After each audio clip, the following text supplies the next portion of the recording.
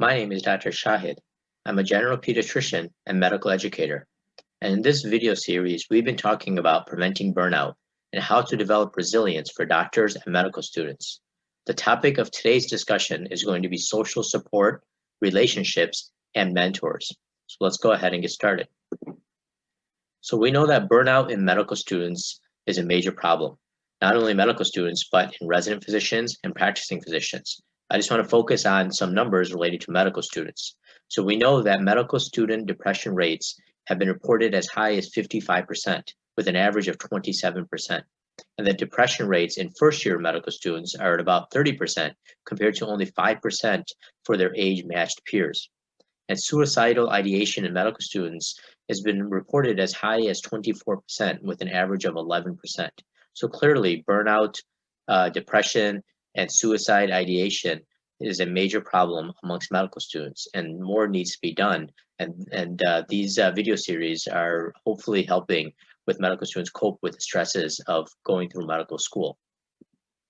So this is the overview and diagram that I've been using in the various videos that we've done, in which wellness and burnout are on opposite ends of the spectrum, where wellness can be really developed by developing resilience and by preventing things that will lead to burnout. And if we can increase wellness, if we can promote wellness, that will really be able to decrease the risk of burning out. And in my diagram here, these blue arrows in both directions identify and indicate that anything that you do to develop resilience will also help prevent burnout, and anything you do that can help prevent burnout can help develop resilience, and that all promotes wellness. So there's overlap between all of these areas.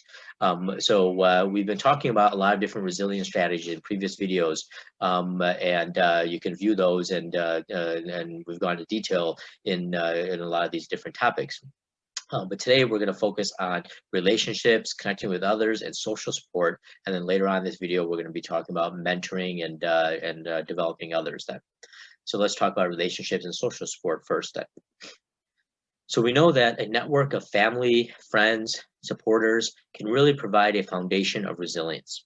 And in those of us who are in healthcare, I think it's important to have a network of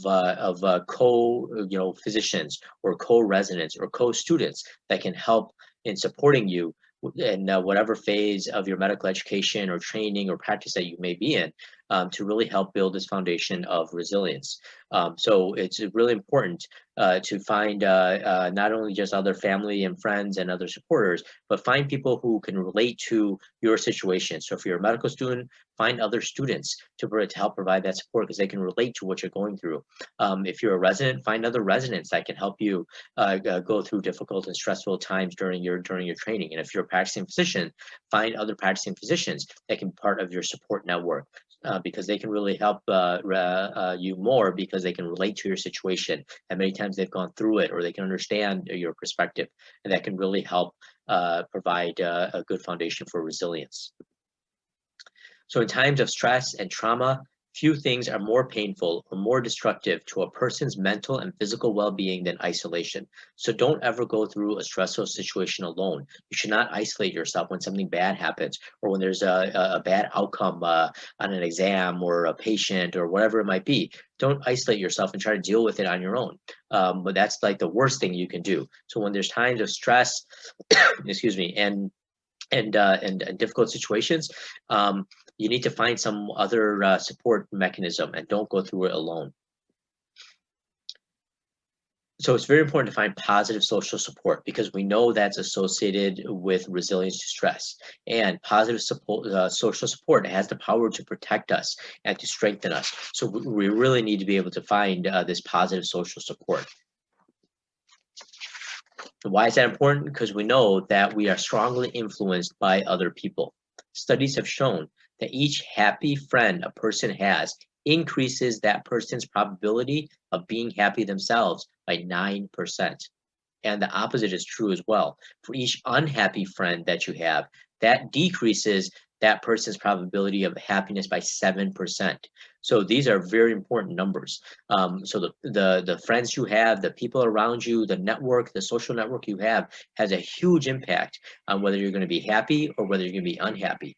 So we have to keep this in mind as we are building our relationships and our social support networks. We know from emotional intelligence that emotions are contagious, right? So when somebody is happy and upbeat and positive and optimistic, that gets contagious to the other person.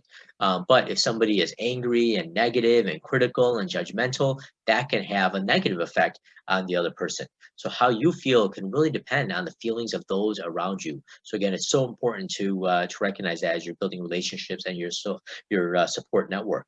So emotions are contagious. And not only that, we have to recognize that energy is contagious, right? So when someone has positive energy, they're able to really positively affect the other person. But when someone has negative energy, that can have a negative effect on the other person as well. So this is an important concept that we have to recognize as well, that energy is contagious as well. And that is so important in maintaining resilience. So keep that in mind as you're building relationships and social support networks, that energy and emotions are very contagious, and that can have a really profound effect on you. So keep that in mind then. So when you go through these difficulties, you have to find support to help you get through that. And many times you have to be the one that takes the initiative to seek that assistance. So it doesn't mean that you kind of passively wait and hope that someone's going to come rescue you. You have to actively find assistance and reach out to your relationships and your network and your social support, and help you through that situation. So don't just sit there and wait for someone to come rescue you. You have to go out and find your support network and use it effectively. So seek assistance when you're struggling or when you know that you're going through a stressful and difficult situation. So that's so important. There's no shame in admitting that you're having trouble and that you're stressed and you need help, right? Going to someone for help. There's no shame in that, no guilt in that. You need to be able to just go out and talk to friends and peers and coworkers and other social support networks that you might have, because that is very important in maintaining resilience. And that social support network can really be variable for every person. A lot of times it has to do with your own family and immediate family and extended family. It could be your friends, it could be your peers, it could be your colleagues and your coworkers. So there's a lot of different aspects of social support relationships that can be important in maintaining resilience. And it's important to really use all of these aspects of your social support network to help you through a difficult situation. So keep that in mind. I'll just share a difficult and stressful situation that I went through many years ago, actually, when I was in my residency training. It was one of the few times that I interacted with a patient, a family, and the patient ended up dying. And that is a very stressful situation, and it can have a really detrimental effect on you when you're working with a patient and your patient ends up dying. So I remember, I vividly remember the patient and the day. I know it was in 1998. It was the month of May. It was a Saturday morning. I vividly remember I was a second year pediatric resident, finishing my second year of residency. And I remember coming in on that Saturday morning, being the resident on call in the pediatric intensive care unit. And I remember, coming in the morning and starting to collect information on my patients when the intern from the pediatric floor called down to the ICU and said that there's a patient they admitted last night that was having some trouble, and they wanted me from the ICU as part of the ICU team to come up and evaluate the patient. It was an 18-month-old child that was admitted for stridor and respiratory distress, and he was having these episodes where he was desaturating from the stridor and respiratory distress, and then when he desaturated, he would become apneic and desat, and then his heart rate would drop a little bit, and then they would stimulate him, and he would come back up then. So I assessed him and said, yeah, we need to bring him down to the intensive care unit to watch more closely and to intervene if we need to. I remember bringing him down to the intensive care unit. And then he had more stridor and respiratory distress, and he had apneic episodes. He started to desaturate, and then would have bradycardia and drop his heart rate. And we decided that we needed to intubate him and support his respiratory status at this point.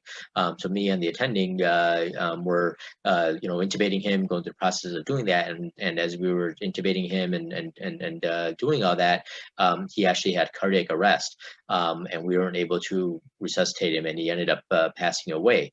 And I remember having to talk to the family and telling them about what happened. That happened that Saturday morning on that day in May in 1998. And I remember thinking to myself, "Oh my gosh, what could I have done differently?"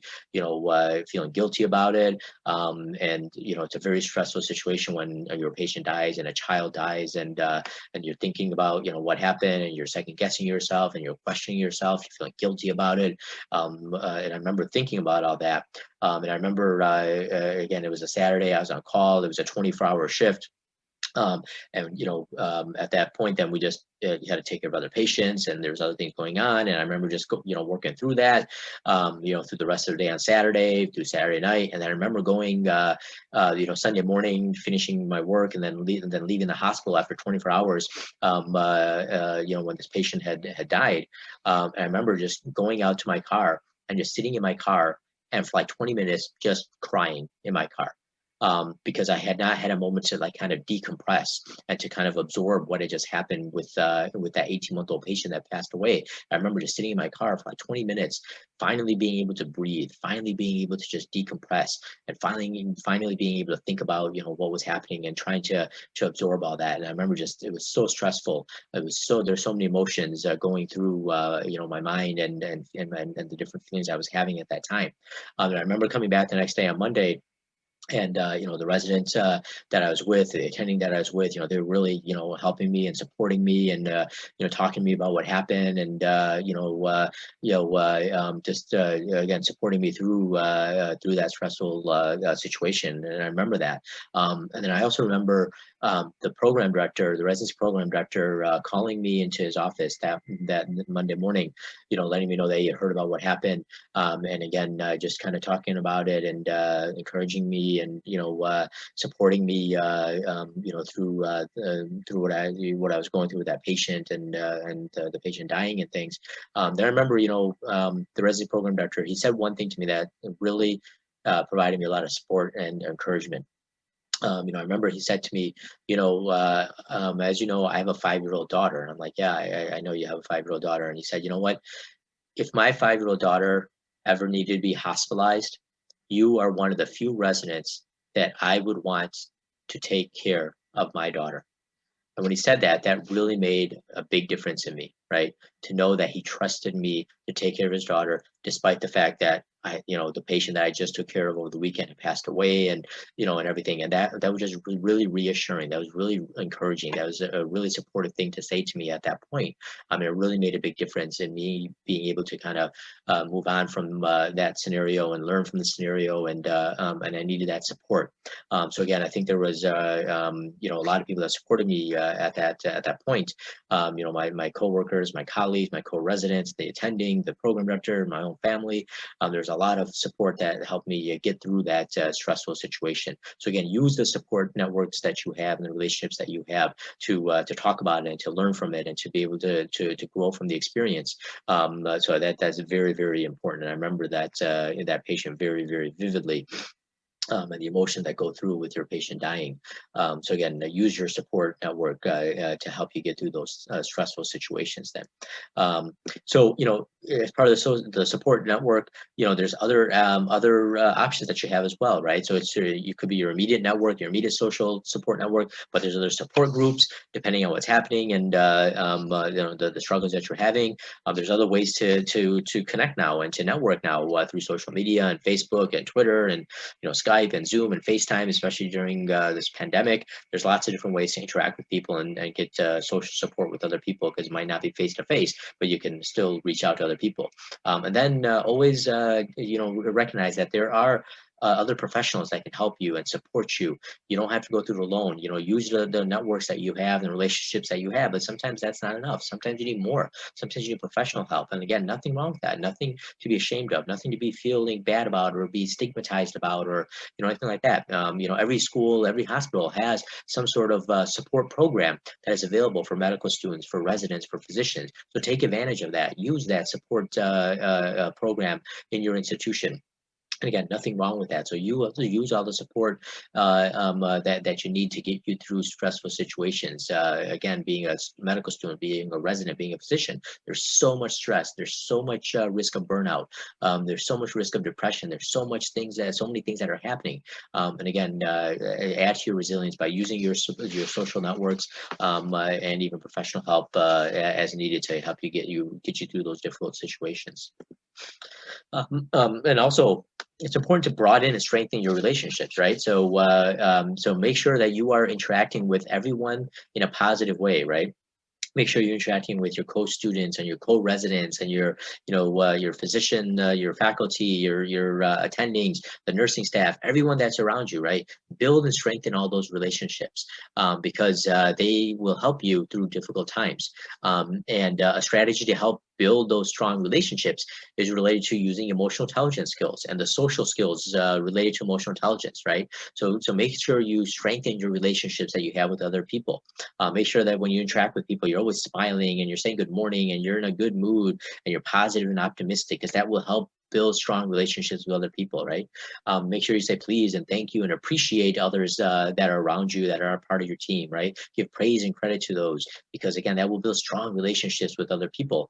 And you never know when you're going to need that relationship to help you and to support you through a difficult and stressful situation down the road. So make sure you're listening to others and you're respecting others and you have empathy for others, right?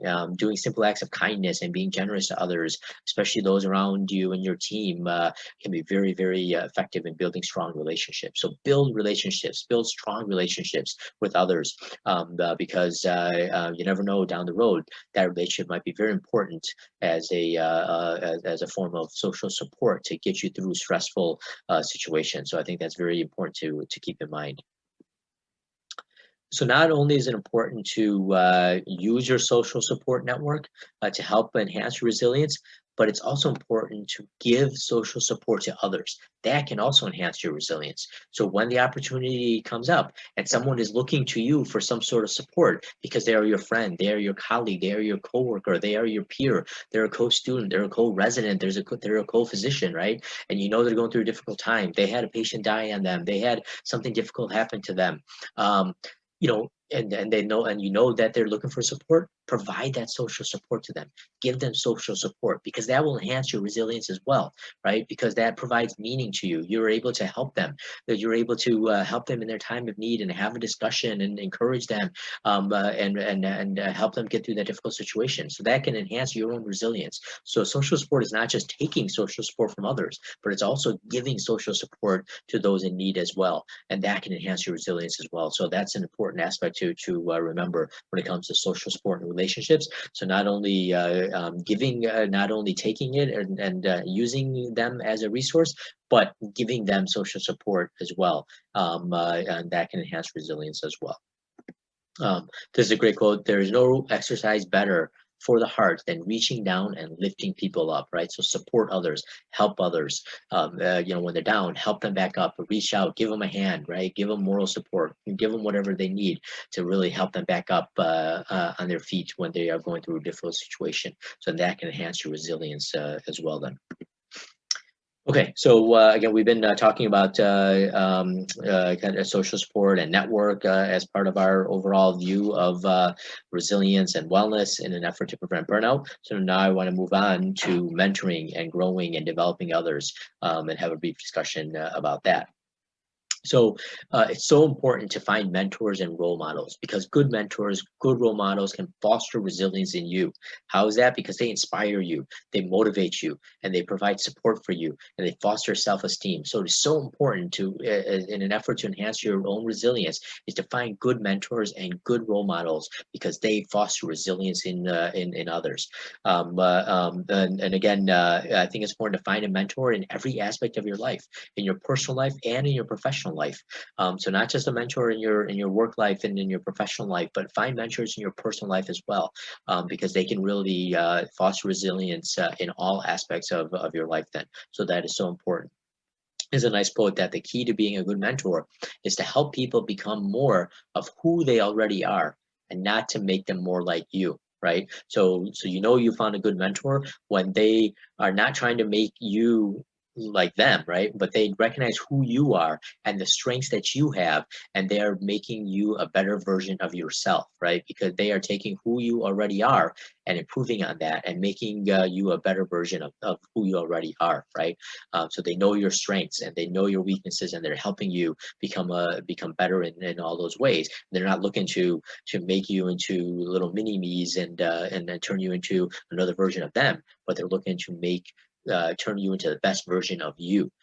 That is a good mentor. That is a good role model. So I think it's important to find that then, again, in your personal life and in your professional life.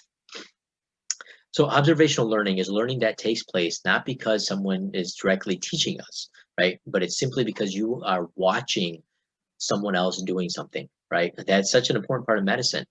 There's so much observation that our learners are doing, right? But when you're a senior resident or when you're an attending and a practicing physician, your students and your residents are watching you and they're learning just by watching you, just by being around you, how you interact with patients, how you deal with difficult situations, how you break bad news to families, right? How you respond to an upset patient or a frustrated patient or angry patient or a difficult situation on your team, right? They're watching all that and they're learning from all that. And so much of what we do as medical educators is actually through this observational learning. So we have to keep that in mind. So much of medicine is related to that. And also, we talk about the hidden curriculum. There's so much that is being taught, the hidden curriculum that students and residents are learning as they again watch their seniors and watch their senior residents and their senior faculty and just observe how they do things. So that is an important aspect of being a role model mentor that we have to keep in mind. So these learners, our students and our learners, they're learning from us and we're modeling how to be resilient. So we have to show how to be resilient because they are observing us respond to different stressors and how we handle those stressors in a resilient way, because that's enhancing their resilience. When they are observing their mentors, their role models going through stressful situations, they're learning how to be resilient themselves by watching that. So I think that's so important to keep in mind when we are senior residents and we are faculty and we are supervising physicians, that our learners are watching us and observing us and learning how to be resilient in that observation. So we have to keep that in mind in our role as a mentor and a role model of how we're doing that. I think it's so important to make sure that you search for resilient role models and you imitate their best qualities and then play to your best self, right? So what does that mean? That means that you look and you find multiple different role models, right? Not just one role model and one mentor. You find 2 or 3 different role models, 2 or 3 different mentors, right?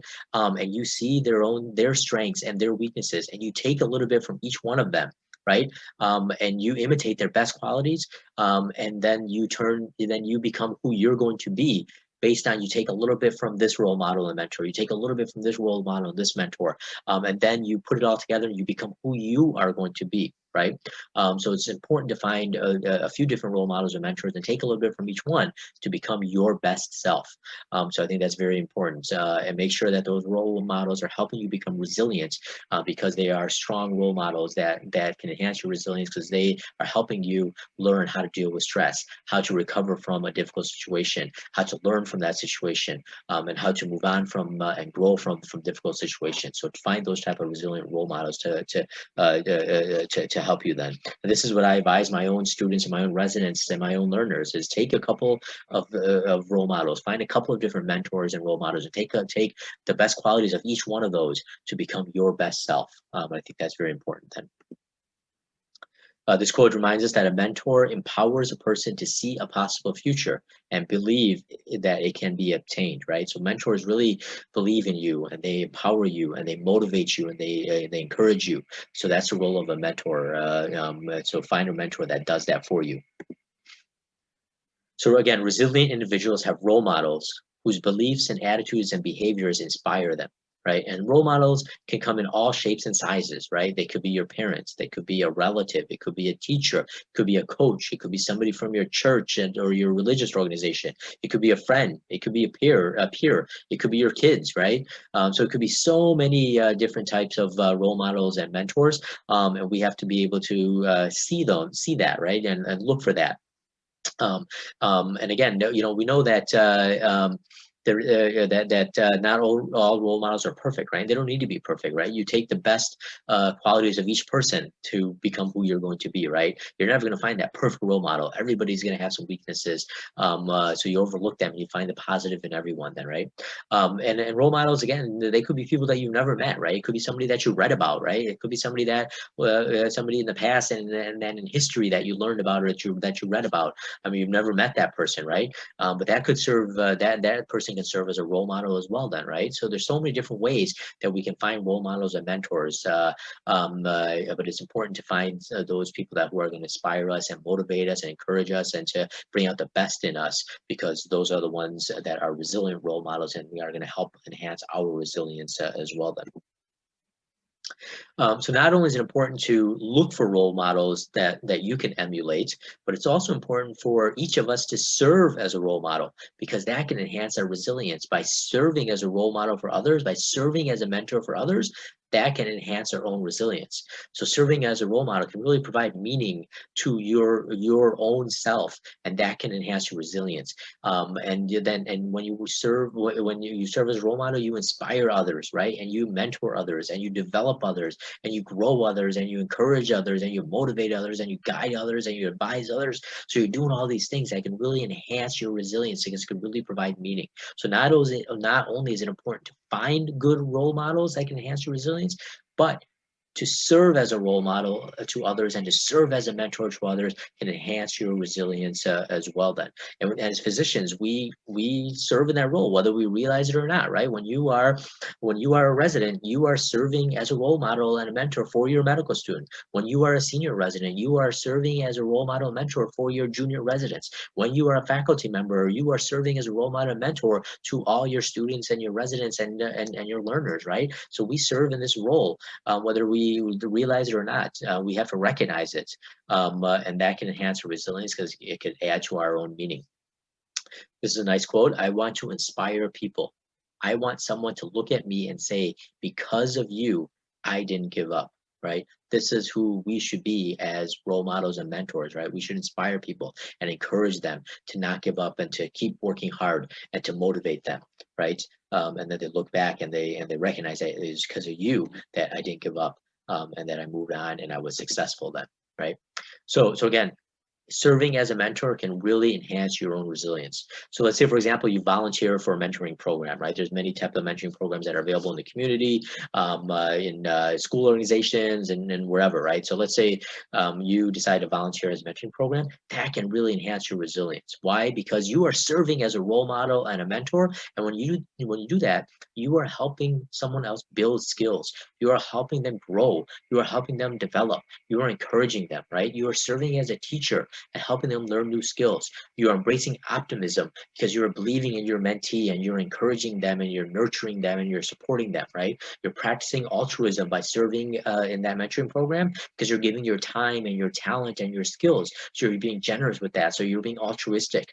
You're giving and receiving social support when you are helping your mentee, right? So all of these things enhance your resilience. So serving as a mentor and volunteering in a mentoring program can really enhance your resilience in all these different ways. So again, it's not just about finding mentors to enhance your resilience, but it's about serving as a mentor yourself and as a role model yourself that can really enhance your own resilience as well. I think that's so important to keep in mind and think about as well.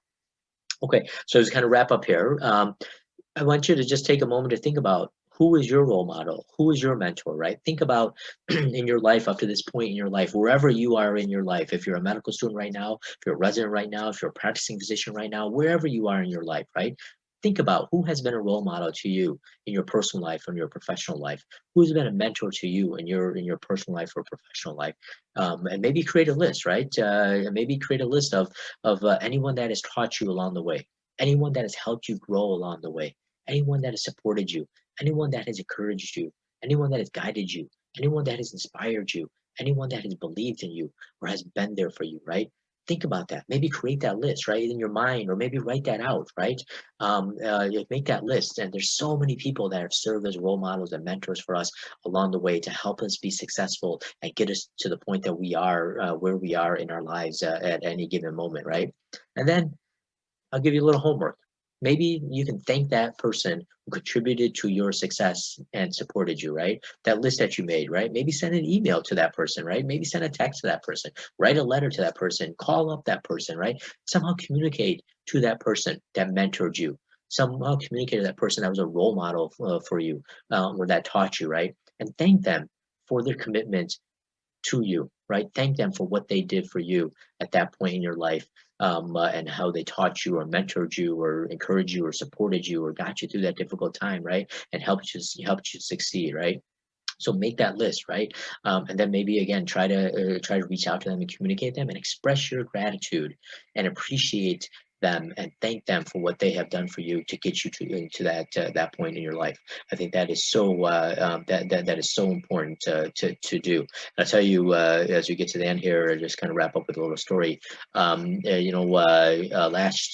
year I was walking around at work, and somebody was kind of coming behind me, and they called out to me and said, "Hey, Dr. Shahid." And I turned around, and there was a gentleman standing there, and I didn't really recognize him. And he said, "You probably don't recognize me." And I'm thinking to myself, "Yeah, I really don't recognize you." And he said, "I was your medical student about 10 years ago." I'm like, "Oh, okay." And he said, right now, now I'm working as a practicing emergency room physician. But I was your medical student 10 years ago. I remember you gave a lecture to the students at that time about spinal taps and CSF and how to interpret spinal fluid numbers and help you decide if a patient might have meningitis. And you gave a lecture on that. And he said, I still remember that lecture 10 years ago. And I still use that lecture when I treat patients in the emergency room right now, because that was such a good lecture. I really remember that lecture. And he said, what, I just want to let you know, thank you for that lecture. Thank you for teaching me, because I vividly remember it and I still use it to this day. And then, he went on his way. And I just remember stopping at that moment and just thinking to myself, wow, I didn't realize that I was having such an effect on my learners, on my medical students. And to hear him just say thank you and appreciate that moment that I taught him 10 years ago, really made a huge difference in my own resilience at that point, right? It really gave me meaning at that point. It gave me great joy and satisfaction and gratification to know that I'm making a difference when I'm teaching my learners, and it's making an impact, and they're using what I'm teaching them as they are moving on in their careers, and that I had some small hand in their medical education to make them a better physician down the road. Right? That's really meaningful for me to hear that, right? So again, I want to challenge you to reach out to someone that has mentored you, someone that has taught you, and express your gratitude and appreciation for what they have done and to help you succeed. So when you do that, that will help your own resilience when you reach out to someone, because we know being appreciative of others and being thankful for others can help your own resilience. So reach out and express that gratitude towards them. That will help your own resilience. And the impact and effect it has on the recipient, right? I was a recipient at that moment with that student, that former student, and the meaning that it provides and the joy that it provides for the recipient getting that little note of gratitude is so powerful, right? And enhances that person's resilience as well, right? So reaching out to that other person and thanking them and communicating with them and just appreciating what they've done enhances your resilience, but it will also enhance that other person's resilience as well. So I want to challenge you to think about who those people are in your life that have been mentors for you, have been role models for you, and just reach out to them and appreciate them and thank them, because it's going to make a huge difference in your own resilience and in that other person's resilience as well then. Okay, so as we wrap up here, so again, this is the overview of wellness and burnout that we've been using in this video and in other videos as well. I want to thank you for participating in this video, and just remind you that there's other videos that have been created that focus on other aspects of wellness and resilience and self-care. So make sure you check out those videos as well, and then come back for others as more videos on this topic are being created on an ongoing basis. So I look forward to seeing you participate in those videos as well. So thank you for your time. I hope you found this beneficial. I look forward to seeing you at future videos as well then.